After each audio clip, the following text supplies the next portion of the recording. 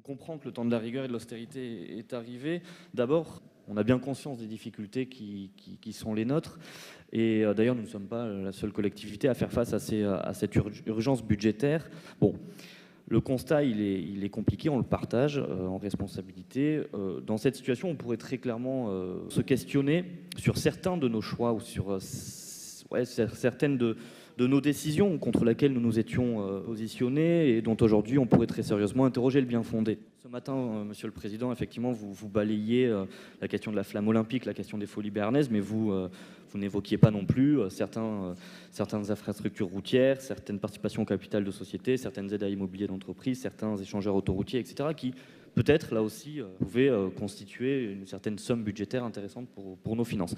Mais en fait, ce n'est pas de ça dont je veux parler aujourd'hui, parce que la situation est clairement plus grave pour se contenter de dire ça aujourd'hui. Cette délibération, elle est sérieuse et on en voit les impacts, alors pas que de cette délibération, mais aujourd'hui on voit des impacts concrets sur nos territoires et je suis certain que toutes et tous ici, on a sur notre territoire au moins un exemple concret de structure.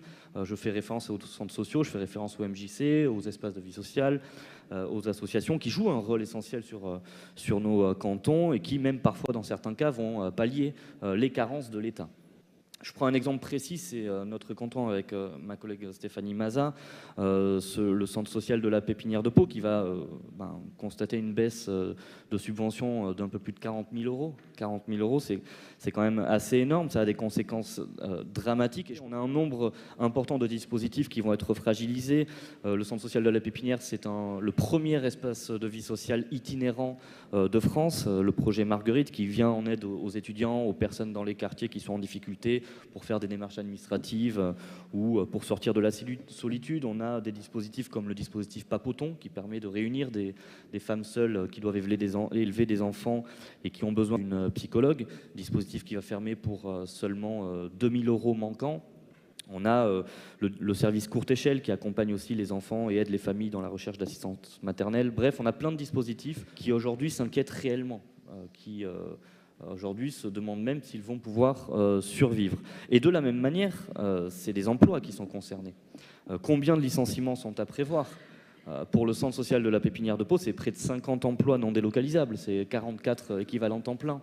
Et donc autant de personnes qui font vivre la ville, autant de personnes qui font vivre un tissu économique. Comment est-ce qu'on va parvenir à sauvegarder cela ? C'est la question qu'on se pose aujourd'hui, c'est nos inquiétudes et celles évidemment des acteurs locaux. Nos questionnements sont les suivants également. Comment est-ce que ces coupes budgétaires ont-elles été décidées ? Est-ce qu'il y a eu une évaluation de l'ensemble des besoins ? Structure par structure, partenaire par partenaire. Est-ce qu'il y a eu un audit de trésorerie de l'ensemble des partenaires ? Est-ce qu'on a eu un bilan également sur tous les dispositifs mis en œuvre par ces structures-là, notamment sur l'impact que ces dispositifs peuvent avoir sur la vie des quartiers et la vie des habitants ? Pour conclure, je crois que, encore une fois, cette situation-là, cette urgence à laquelle on fait face et que l'on partage, nous pousse à nous re-questionner sur notre modèle de département et sur nos choix politiques.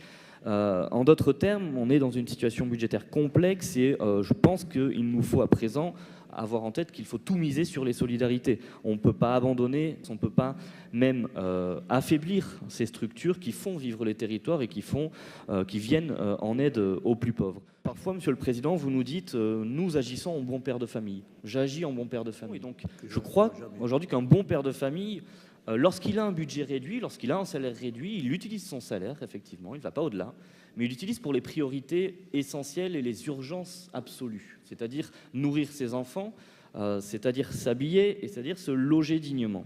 Et donc je crois que ça passe par des choix, ça passe par une volonté politique et aussi par des renoncements. Et donc aujourd'hui, nous n'avons plus le choix. Et personnellement, à la construction d'un échangeur autoroutier, je préfère la survie d'un centre social.